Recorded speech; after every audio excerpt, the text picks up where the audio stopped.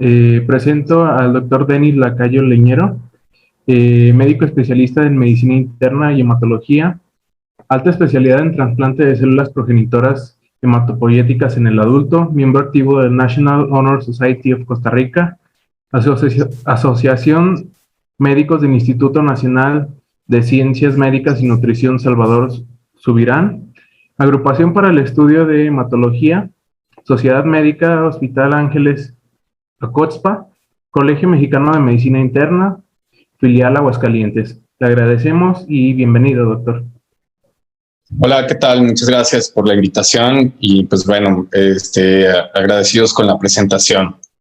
El tema con el que voy a participar es las generalidades que tiene la medicina transfusional en el papel del trasplante de progenitores hematopoyéticos. En cuanto ustedes me señalen, inicio la presentación. Listo, doctor, puede empezar. Gracias. Bueno, ¿qué es el contenido que quiero revisar con ustedes el día de hoy? Pues en breve, pues algo de las generalidades de lo que es el trasplante de progenitores hematopoyéticos, algo de sus indicaciones y el papel que juega, desde luego, la medicina transfusional desde el periodo pretrasplante, la fuente de trasplante de progenitores hematopoyéticos y el papel que tiene el banco de sangre, algo de criopreservación y viabilidad celular, algunas situaciones como pudiera ser la incompatibilidad ABO en el escenario de trasplante y concluir. Ok, como ustedes lo saben, el trasplante de progenitores es una herramienta o es un instrumento que tenemos que tiene el potencial curativo, sobre todo pues, en múltiples enfermedades, la mayoría hematológicas. Y pues la medicina transfusional tiene un papel que es fundamental. Es parte del equipo multidisciplinario que está involucrado en esta terapéutica. Hablando un poco de las generalidades del trasplante, el primer trasplante de médula ósea exitoso ocurrió en 1968 y fue hasta los 80 donde se logró el primer trasplante exitoso de progenitores hematopoyéticos obtenidos en sangre periférica. También recientemente se han empleado algunas otras fuentes, como la sangre de cordón umbilical, como fuente de progenitores, y aún más recientemente los trasplantes haploidénticos. Recordando un poquito de qué son las células progenitoras o las células tallos, son estas células que, como una célula única, es capaz de replicarse, diferenciarse hacia otras células. Y aquí tenemos una representación de, pues bueno, la médula ósea, recordando que esta en los adultos va a ser predominantemente en el esqueleto axial y en menor medida en las regiones proximales de fémur y húmero. En esta representación podemos ver en esa figura, en donde está el recuadro, un acercamiento hacia lo que es la médula ósea y su estroma, cómo juega un papel pues, muy importante desde el vaso sanguíneo, los osteoclastos, adipocitos, tejidos de estructuras y las células del estroma. Y dentro de esta, desde luego, pues está señalada la célula hematopoyética o la célula tallo, que tiene la posibilidad de diferenciarse en sus distintos linajes, como son células eritroides, linfoides, serie granulocítica y megacariocitos. Para poder identificar estas células es importante pues, tener métodos que sean confiables, como lo que empleamos es la citometría de flujo. En esto, pues recordando la citometría de flujo, lo que toma en cuenta son fluorocromos que detectan pues, algunos marcadores que están sobre la superficie celular, teniendo como principal marcador de las células progenitoras el CD34, en menor medida una baja presencia de CD38 y CD59. Las células, recordando, son producidas continuamente de precursores que son menos diferenciados y a su vez van descendiendo para células más maduras. La célula que pudiera ser la más primitiva de todas sería la célula tallo. En este caso, la que nos interesa es la capaz de producir células de la sangre o hematopoyéticas. Esta célula tiene la característica de producir hijas que mantienen las características de las mismas células tallo y tienen una capacidad de autorrenovarse. Potencialmente también una célula tallo tiene la capacidad de renovar completamente el sistema linfohematopoyético, por ejemplo, de algún animal que fuera irradiado letalmente en pruebas de laboratorio o en modelos murinos. Y pues bueno, también conociendo que algunas enfermedades malignas, por ejemplo, las leucemias, que es la patología pues más característica, también se originan de células tallo que son malignas, también tienen este mecanismo de autorrenovarse. Recordando que la quimioterapia pues actúa durante el ciclo celular, pues bueno, este es el mecanismo por el cual un paciente pudiera tener una recaída posterior a haber recibido algún tratamiento efectivo, ya que estas células quiescentes son insensibles al tratamiento. Y pues bueno, la quimioterapia lo que hace es eliminar la carga tumoral, que eso también es un mecanismo por el cual, por ejemplo, una célula tallo maligna pudiera producir una recaída en un futuro. Es importante dar un tiempo a esta figura para conocer un poquito de lo de la tipificación de los pacientes y lo del complejo mayor de histocompatibilidad. Está localizado, su locus es en el cromosoma 6, en su brazo corto. Esta es la región, como la pueden ver en pantalla, es la 6p21.1. Y en esto vamos a tener la representación de diferentes antígenos. Los que más empleamos de clase 1 son A, B y C. Y de clase 2, DP, DQ y DR en la tipificación y para poder comparar la compatibilidad de un paciente y de su donador. Y pues bueno, aquí tenemos una figura en donde pues está la expresión de estos antígenos del complejo mayor de histocompatibilidad. Y pues bueno, sabemos que los injertos halogénicos pueden iniciar reacciones inmunes relacionadas a esta compatibilidad. Y la severidad de esta reacción también va a ser dependiente de la incompatibilidad, y esto está determinado por las proteínas o glucoproteínas que pueden expresar estos complejos. Como los mencionamos, hay de clase 1 y de clase 2. Estas glucoproteínas pues, son pequeños péptidos de proteínas que son degradadas, y estos pues, son dependientes de la unión y de la interacción que puedan tener con los receptores de los linfocitos T. En esta figura pues, está la representación de cómo nosotros expresamos los complejos de histocompatibilidad y pues también las bases de la posibilidad de tener algún donador compatible dentro de la familia. En esta parte tenemos el complejo, por decirlo así, tanto de los padres, el padre del lado izquierdo, la madre del lado derecho, y cómo su descendencia, en este caso el hijo número 1, hereda de este caso esta parte del complejo del padre y la parte morada del complejo de la madre. Entonces, si lo tomamos en cuenta, si esta persona tuviera hermanos, la posibilidad de que uno de sus hermanos expresara exactamente la totalidad de los antígenos de ambos complejos o ambos haplotipos es de 25% por hermano, aunque esto pues no es acumulable. Sabemos que entre hermanos pueden ser compatibles varias personas y por desgracia a lo mejor en un donador pudiera, en un paciente que quiere un trasplante, pudiera no tener un donador aunque sus hermanos entre ellos fueran compatibles. Y esta es la forma como interactúan las células o el complejo mayor de histocompatibilidad. En esto va a haber un reconocimiento o un aloreconocimiento de estas células que son ajenas al paciente por parte del receptor de las células T. En esto tenemos una célula presentadora de antígeno y la expresión del complejo mayor de histocompatibilidad y cómo va a haber una interacción con los linfocitos T, que es como se puede ocasionar pues, algún rechazo del injerto mediado por estas células. Igual, el complejo mayor de histocompatibilidad del donador es captado por las células presentadoras de antígeno del receptor y a su vez la expresión de estos glucopéptidos hacia los linfocitos T. Entonces, esto puede ocasionar o puede tener efectos que son importantes, tanto lo que buscamos es tener una enfermedad injerto contra tumor, injerto contra leucemia, pero esto también puede ocasionar algo que conocemos de enfermedad injerto contra hospedero, que puede ocasionar pues esta activación del sistema inmunológico y dar manifestaciones inmunológicas sobre los órganos del paciente.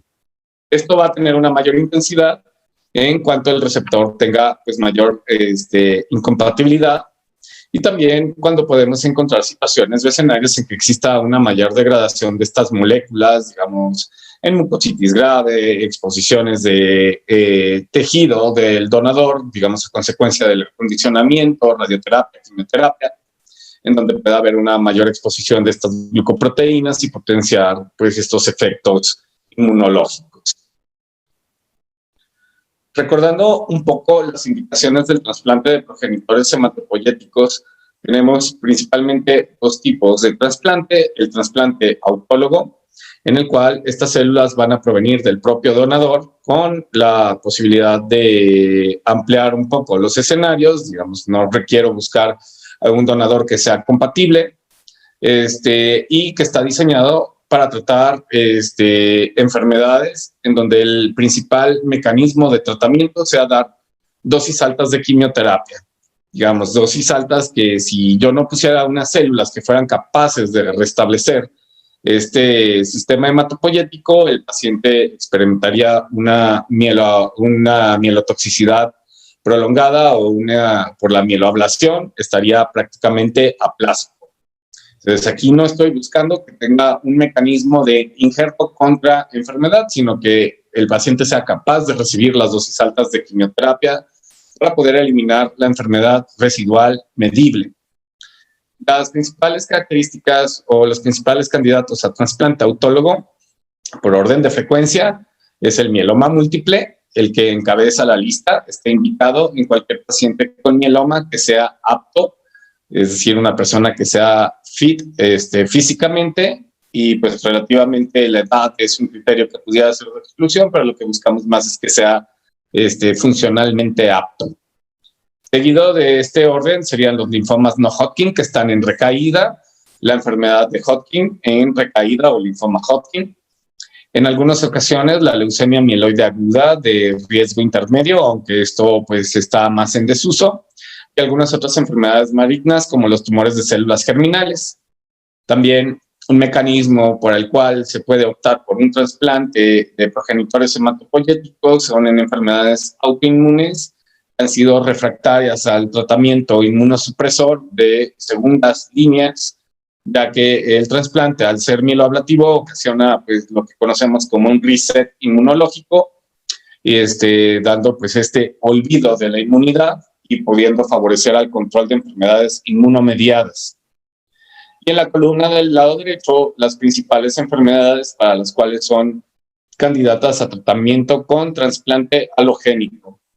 En esto lo que buscamos es que el paciente tenga el beneficio no solamente de la quimioterapia de acondicionamiento, sino que también se tenga el beneficio de algo de enfermedad de injerto contra tumor o injerto contra enfermedad, en el cual pues, estos linfocitos T ajenos a la persona o halogénicos actuarán como pues, patrulleros, evitando pues, la recaída al renacimiento de células que pudieran ser quiescentes o células madre, digamos, leucémicas. Escenarios en donde está más reconocido la utilidad del trasplante: leucemia mieloide aguda de riesgo intermedio, riesgo alto; leucemias linfoblásticas agudas de riesgo alto; leucemia mieloide crónica con resistencias al tratamiento o en fases blásticas; síndromes mielodisplásicos en personas aptas; linfomas que han sido tratados con trasplante autólogo y que a pesar de eso tienen alguna recaída.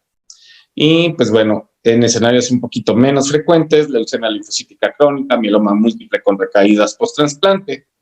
Otras enfermedades que son tratadas con esta sustitución de la médula son estas enfermedades o síndromes de falla medular, como la anemia plástica, la hemoglobinuria paroxística nocturna, la anemia de Fanconi y disqueratosis congénita, trastornos innatos del metabolismo o inmunodeficiencias severas combinadas. Y bueno, algunas de las características o diferencias importantes entre el trasplante autólogo en la columna de la izquierda contra el alogénico: el autólogo, al ser estas células con una incapacidad de reaccionar contra el huésped, me permite un mayor rango de edad o que el paciente seamos más consecuentes con la edad y que nos fijemos un poquito más en la clase funcional. El autólogo tiene también el beneficio de que no requiere la búsqueda de un donador, ya que el paciente actúa como su propio donador. A diferencia del halogénico, que hablábamos que la posibilidad de encontrar entre los hermanos a alguien 100% compatible radica en un 25%. Desventajas es que en un trasplante autólogo en donde hay una afección medular extensa o afección neoplásica, pues no es posible realizarlo, ya que pues estaríamos cosechando células tumorales o no tuviera la médula la capacidad de obtener estas células hematopoyéticas, a diferencia del halogénico, que en donde pues el donador prácticamente es un paciente sano la mayoría de las veces. No hay un riesgo en la reinfusión de las células, porque hay un riesgo de reinfusión posible de células tumorales en enfermedades mínimas residuales. En cambio, en el halogénico, al ser un paciente sano, pues no se ve que no hay una contaminación tumoral del injerto. El autólogo tiene la desventaja que no todos los pacientes es posible movilizar. Movilizar significa el poder obtener estos progenitores hematopoyéticos. No ocasiona enfermedad de injerto contrahospedero. Sin embargo, en el halogénico, pues sí tiene una mortalidad relacionada directamente a la enfermedad de injerto contra huésped, ya sea aguda o crónica. El autólogo no requiere una inmunosupresión, a diferencia del halogénico, en donde se va a estar mediando también los primeros meses, o en caso de injerto contra el huésped, se va a estar inmunomodulando la enfermedad. El trasplante autólogo tiene muy baja mortalidad. La mortalidad es del 2 al 5%, que en pacientes que estamos viendo que son de riesgo alto, pues prácticamente es equiparable a las quimioterapias de inducción o para búsqueda de la remisión. A diferencia del halogénico, en donde hay que tener en cuenta que la mortalidad estimada puede variar de un 10 a 20%, dependiendo del índice de severidad pretrasplante, las comorbilidades que tenga el paciente, el estado de pretrasplante de la enfermedad, etcétera. Por lo cual, pues, se restringe para enfermedades en donde el riesgo de recaída es mucho mayor que en contra de este riesgo de mortalidad. El trasplante autólogo tiene el riesgo a largo plazo de dar neoplasias secundarias o desarrollo de síndromes mielodisplásicos por la exposición a quimioterapia. Y pues bueno, esto es mucho menor con el halogénico, pues que va a estar con este patrullaje de células de un donador sano. Cuestiones que tenemos en cuenta al momento de un trasplante o en la selección de un paciente candidato al trasplante, toman en cuenta, son multifactoriales y tenemos que evaluar en una forma integral al paciente, no solamente decir, bueno, pues es que por edad es candidato o no candidato. Contará mucho la funcionalidad del paciente. En casos de que haya una incompatibilidad de sexo, sí pudiera haber una mayor tasa de enfermedad de injerto contra huésped. Sin embargo, pues eso tampoco es un criterio de exclusión. Se busca por lo general tener donadores y receptores que sean pues jóvenes. Esto va aunado a menores comorbilidades, un buen estado de salud del donador y pues sobre todo algo que es muy importante es la compatibilidad o qué tasa de compatibilidad tienen los pacientes. Y en base a esto hablamos de una jerarquía en las elecciones del donador. Podemos tener lo ideal, un hermano HLA que sea idéntico, o un cordón umbilical relacionado al HLA que sea idéntico, esto más en población pediátrica. En pacientes, la siguiente sería buscar un donador no emparentado con igualdad de 10 antígenos o en cordón umbilical de 6 antígenos. En menor medida, algún donador no emparentado con 9 de 10 o con 4 de 6 de cordón umbilical. Y en último, un no emparentado con una 8 de 10. Ahora, está en desuso cada vez más la búsqueda de donadores no emparentados, ya que los trasplantes haploidénticos, es decir, cuando se comparte el 50% o un haplotipo, se realizan con mayor frecuencia y son equiparables los resultados en todas las enfermedades a un donador no emparentado. Y esto pues disminuye tiempo de búsqueda, aumenta las tasas de encontrar algún donador, ya que pues puedo tener un 50% de posibilidad entre mis hermanos de encontrar a un donador compatible o el menor, o se puede ver si desde luego que yo expreso algo, pues va a ser expresado por la herencia de mis padres, por lo cual si en realidad son mis padres, es una garantía que ellos van a ser haploidénticos a mí, al igual que mis hijos. Entonces, pues bueno, disminuye sobre todo costos y tiempo en búsquedas de donadores no relacionados. Y pues bueno, ¿qué papeles va a jugar la medicina transfusional? Que son los temas que nos atañe durante esta presentación. Desde el pretrasplante, pues como conocemos en estas enfermedades, muchas veces vamos a estar manejando síndromes de falla medular, en donde va a haber citopenias importantes desde el diagnóstico, o enfermedades malignas que también pueden ocasionarnos citopenias secundarias o asociadas al tratamiento que damos, quimioterapias de inducción, con la finalidad de pues dar pues borrar esta médula, por así decirlo, para que haya un resurgimiento o una recuperación hematológica con células normales, pero que durante estos periodos es muy posible que los pacientes puedan tener requerimientos transfusionales. Y es importante identificar desde un momento si nuestros pacientes tienen una indicación de trasplante al momento que se hace el diagnóstico, digamos, tener una leucemia aguda de alto riesgo, en donde se tendrá que hacer una búsqueda desde el diagnóstico de un donador relacionado o no, y también tener cuidados en el paciente que es candidato a trasplante. Entonces, pues lo que tenemos que buscar es también buscar hemocomponentes que puedan ser libres o dirigidamente libres de citomegalovirus para no exponer al paciente que posteriormente va a tener esta mieloablación a que luego tenga una predisposición a enfermedad por citomegalovirus. Algo que también es muy importante es buscar la irradiación de hemocomponentes. La irradiación de hemocomponentes se hace a través de rayos gamma, y esto pues tiene el papel de ser linfotóxico. Entonces tiene la actividad mitótica de los linfocitos y pues lo que más buscamos es de los linfocitos T para prevenir sensibilización del paciente previo al trasplante. Por lo cual, si el paciente es candidato, digamos, es una leucemia aguda linfoblástica Filadelfia, ya sabemos que deben consolidarse con un trasplante, o una leucemia mieloide aguda de riesgo intermedio o alto, pues desde un inicio debemos de buscar que estos hemocomponentes sean irradiados para disminuir estos riesgos. Y a final de cuentas, esto también disminuye el riesgo de enfermedad de injerto contrahospedero en el post-trasplante.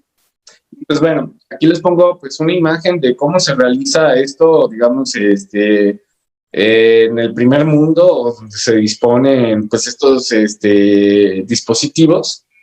Y en la figura de abajo pues tenemos este irradiador de hemocomponentes. Como pueden ver, aquí hay una canastilla o cesto en donde pues se introducen el hemocomponente de una forma que pues queda homogéneo, o bien distribuido, y pues bueno, va a tener una distribución también de estos rayos gamma en una cabina que es giratoria para tener pues toda la irradiación del hemocomponente.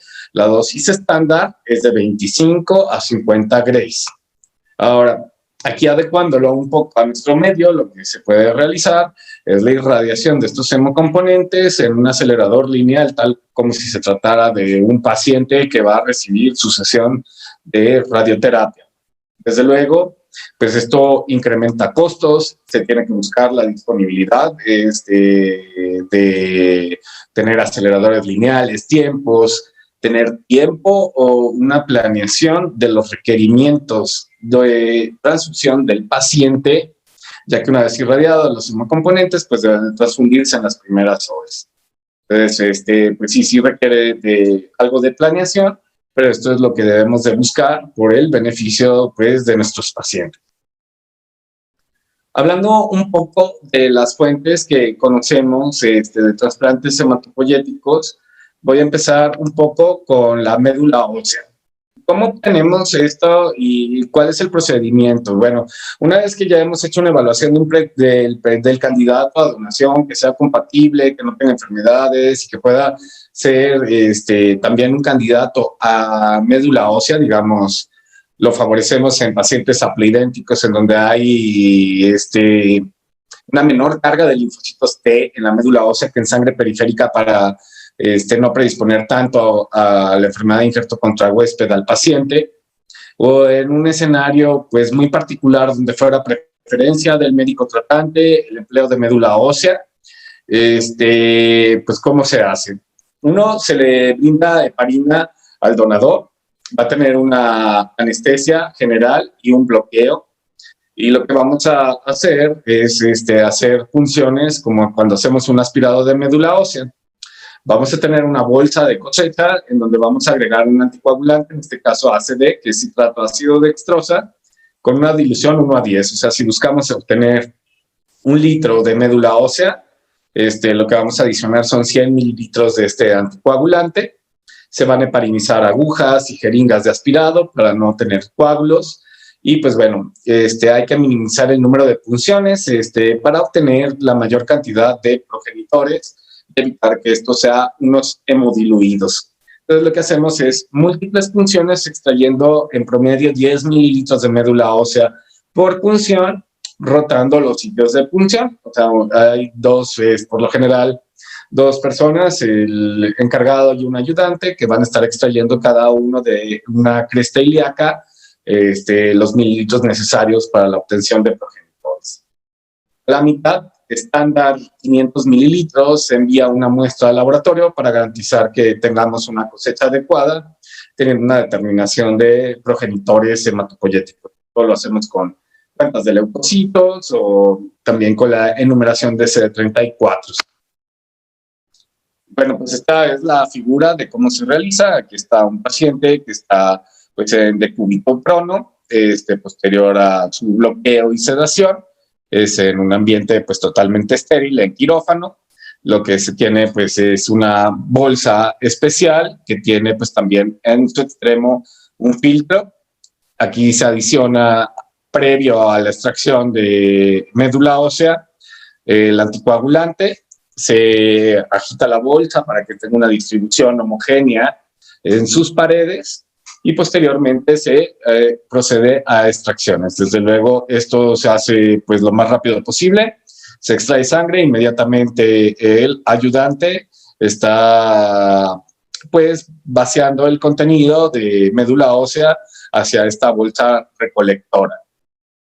Al término de esta cosecha, esta bolsa tiene un filtro para poder limpiar los posibles coágulos o microcoágulos que se pudieran haber formado, y va a dar bolsas de esta bolsa madre, bolsas secundarias, que a su vez pasan al banco de sangre en espera de la procuración para la infusión con el paciente, o si se va a realizar algún procedimiento adicional, como va a ser la enumeración de progenitores y toma de cultivos, o pues en este caso en médula ósea es muy poco frecuente que se vaya a hacer algún método de criopreservación. Por lo general esta se infunde en fresco.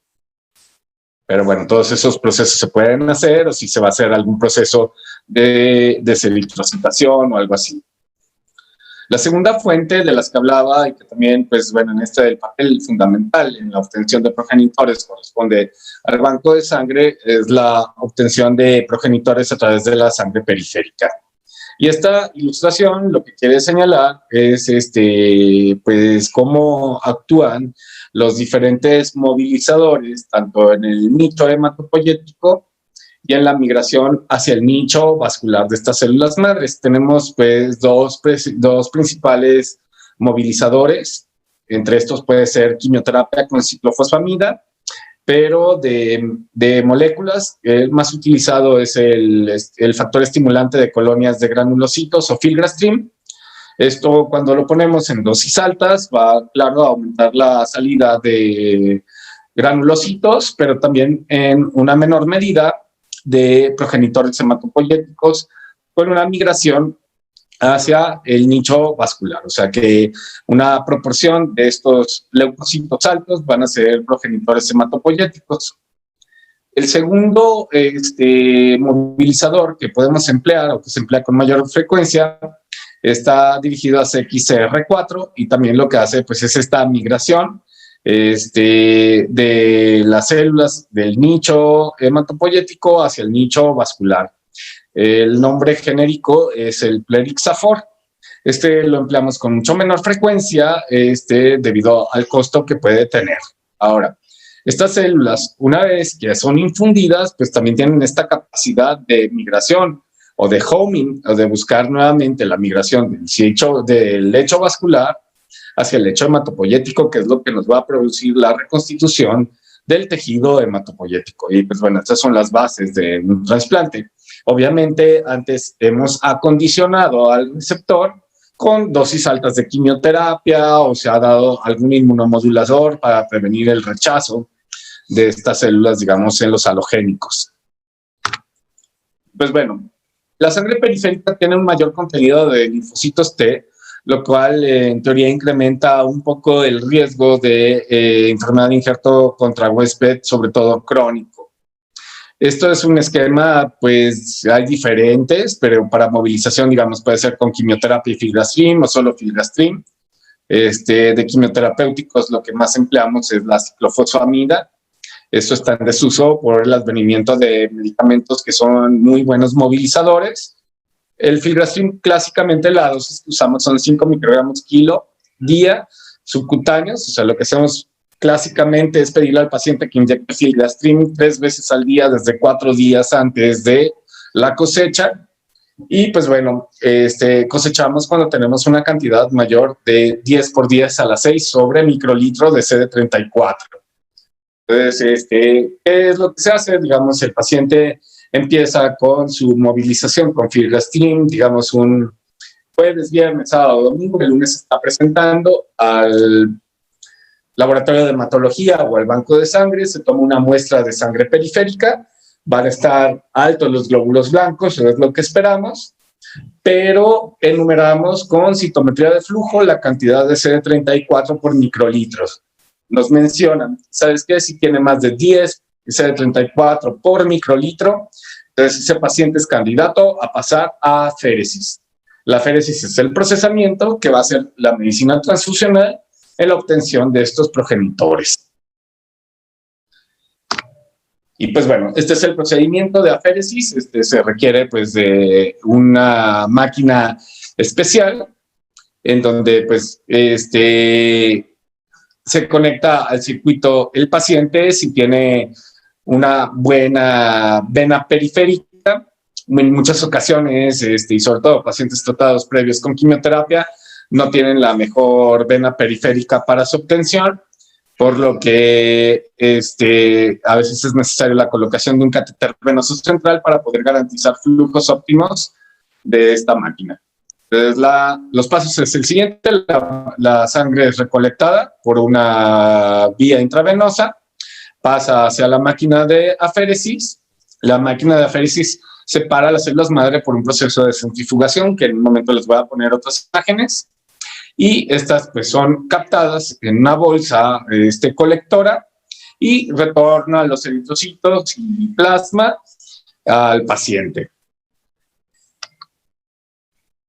Y pues bueno, esto es el proceso fundamental. En esto de esta sangre total va a haber tanto glóbulos rojos, glóbulos blancos y plaquetas. Aquí tenemos pues como en la cámara o en esta, antes de al generar un centrifugado, vamos a obtener pues una división de los componentes de la sangre, teniendo en la parte más alta el plasma, en la parte de en medio la capa leucocitaria, y en la parte de abajo, como podemos ver, los glóbulos rojos. En otras imágenes, pues bueno, aquí es como tenemos antes de la centrifugación y después de la centrifugación, cómo podemos obtener estas diferentes partes del plasma.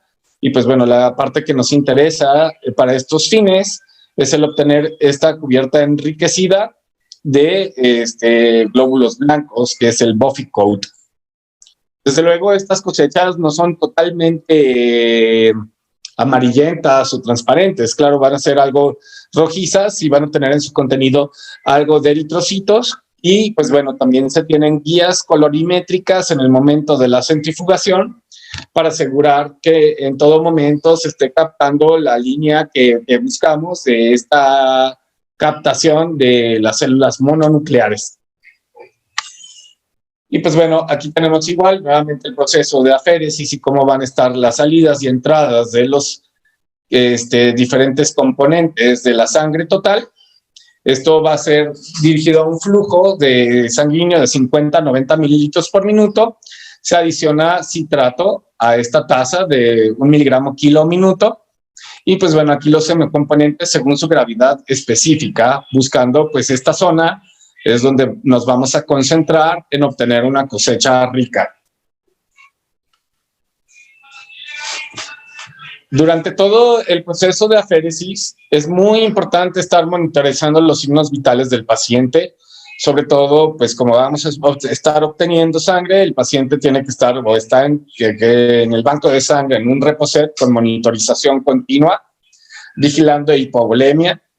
Como sabemos, en cualquier aféresis, por el efecto del citrato, un efecto secundario puede ser la hipocalcemia, por lo cual se debe tener disponible, bueno, tanto carrito rojo, pero a la presencia de síntomas, tabletas de carbonato de calcio o efervescentes en el caso de que el paciente tenga sintomatología sugerente, que por lo general son hipoestesias peribucales o la sensación de hipoestesias. Se han reportado efectos adversos en el 5 al 12% de los pacientes. Los eventos fatales a este procedimiento son muy infrecuentes, pero pues bueno, la hipotensión que es de 0.05%. Muy importante antes de generalizar una fobia o temor a este procedimiento es que muchas de las veces es asociado a una condición preexistente del propio paciente. Digamos, pudiera ser que en algún momento hubiera sido considerado candidato, pasó todos los filtros, pero por una mala fortuna del paciente ocurre que tiene alguna cuestión a lo mejor séptica, infecciosa, que también condiciona a que se ponga inestable durante el procedimiento de aféresis. Y esta es la tasa que tenemos aquí abajo en la última del registro del World Apheresis Association, en donde pues, más de 50,000 pacientes no reportaron muertes. Y pues bueno, la referencia la tienen ahí, pues relativamente reciente, aproximadamente hace 5 años está este reporte. Y esta pues es la máquina, hay de muchas marcas, y pues bueno, aquí no se trata de promocionar a ningún fabricante.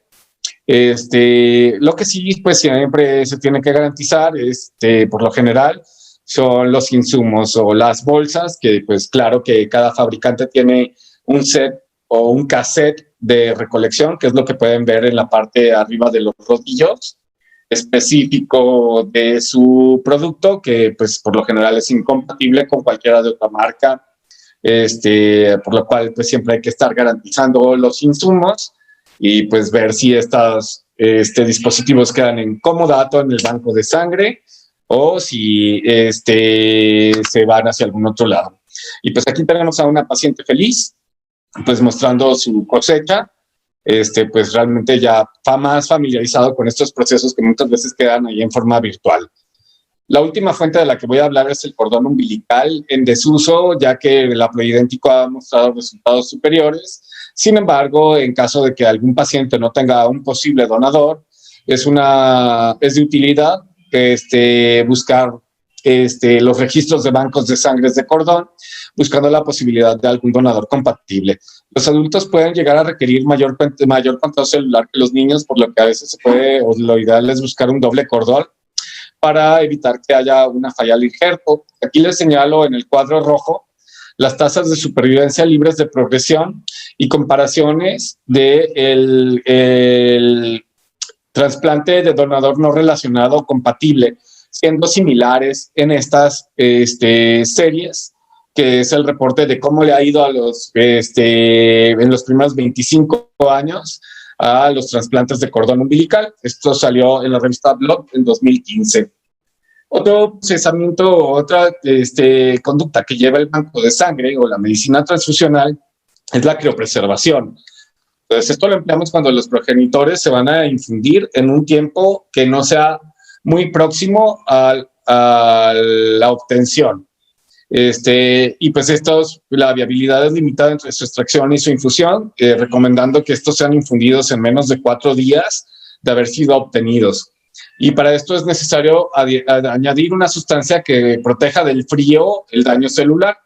Lleva fases progresivas del congelamiento y la sustancia que mayormente usamos es el dimetil sulfóxido, que es el DMCO, en una dilución de 1 a 10. Entonces, hay protocolos por cada banco de sangre. Aquí les muestro pues algunos de los pasos. Viene la obtención de esta cosecha, por ejemplo, de sangre periférica. La muestra, se toman muestreos para ver el total de la cuenta celular, la viabilidad, cultivos o medios de cultivos y el conteo de células hematopoyéticas. Pasa por una fase de depresión del plasma y reducción de volumen. Y posteriormente se le añade este DMCO para que no tenga el daño celular. Una vez que queda así rotulada en una bolsa mucho más pequeña que es capaz de ser introducida en un cassette. Estos cassettes o estas rejillas metálicas son sometidas a congelamiento, primero a tasas de -8, -4 o 8 grados centígrados, posteriormente a la fase gaseosa del tanque de criopreservación y por último a la fase líquida que va hasta -160 hasta -183 grados centígrados. Una vez que se requieren, estos cassettes nuevamente son sometidos a primero un paso a una fase gaseosa, posteriormente, en el momento en que sean requeridos, son descongelados en un baño María a temperatura 37 grados, para su infusión al momento del trasplante. La mínima dosis celular es esta, y pues bueno, estos son los pasos. Congelación inicial a -4 grados, la fase gaseosa, que es antes de sumergirlos al nitrógeno, que va a -156 grados, y la fase líquida, que va desde -183 a -196 grados centígrados. Claro que para pues garantizar esto se requieren evaluar la viabilidad de estas células antes de darle un acondicionamiento mieloablativo al paciente, sino al momento de infundirlo, si no tuviera la viabilidad suficiente, pues enfrentaríamos un problema de falla al injerto. Para hacer esto, hay técnicas como el conteo de células de azul de tripano, que también lo hacen en el banco de sangre, con métodos de conteo en rejillas específicas, en donde tienen líneas. Cuando salen de estas líneas, estas células no son contadas. Y pues bueno, aquí lo que vamos a tener es que el azul de tripano es captado por las células cuando mueren. Entonces aquí tenemos algunas de estas células que tienen azul de tripano. Por lo general se hace un conteo, como les digo, de las células que están dentro de la gradilla, siguiendo este ciclo, ¿de acuerdo? De conteo.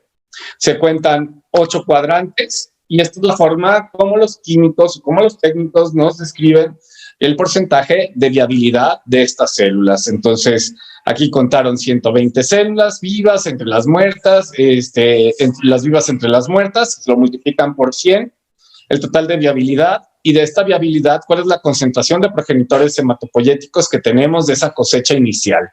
Entonces, para poder asegurar que tenga una cosecha de progenitores exitosa. Por último, voy a hablar un poco de la incompatibilidad ABO, que esto no es una contraindicación para el trasplante halogénico y no tiene un efecto tampoco en el tiempo del injerto o la falla al injerto. Y existen técnicas para evitar las reacciones transfusionales en el receptor.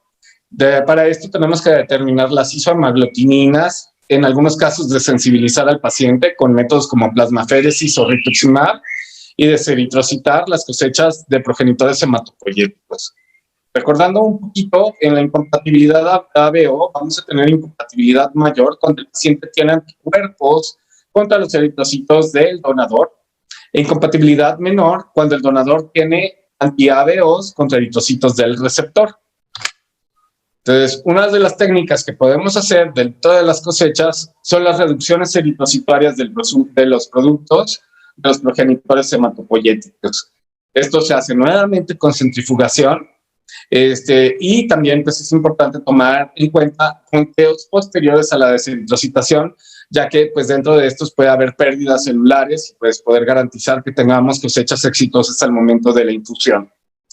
Para la reducción de isomaglutininas en pacientes que tengan títulos altos, se pueden emplear plasmaféresis terapéuticas o recambios plasmáticos, y en este caso promover la eritropoyesis de las células del donador con el empleo de la eritropoyetina. Recordando que si estoy poniendo células, digamos, de alguien de distinto grupo, cuando tengo un injerto o un prendimiento de los eritrocitos, pues estos eritrocitos van a ser el grupo sanguíneo del donador. Entonces, en la selección y transfusión de componentes compatibles con donador y receptor, va a ser muy importante estar tomando los controles y títulos de maglutininas también por bancos de sangre y dando productos de grupo ABO, tanto de plasma, plaquetas, dirigidos. En algunos escenarios se pueden hacer algunas técnicas especiales, como la infusión de linfocitos del donador, que esto pues puede potenciar el efecto del injerto contra enfermedad. Nuevamente, estos son obtenidos a través del banco de sangre por procesos de leucoaféresis, y pues lo que hacemos es, o lo que se busca es evaluar algo que llamamos quimerismo, es decir, qué tantas células del donador y qué tantas células de la sangre son del receptor en un periodo post-trasplante. Digamos, la forma un poquito más sencilla de entender un poquito esto es, si yo tuviera una donadora que fuera mujer y su receptor es hombre, pues qué tantas, digamos, células son XX y qué tantas son XY. Pero en esto no es solamente el sexo, tomamos en cuenta las expresiones de proteínas de estas células que pudieran encontrarse.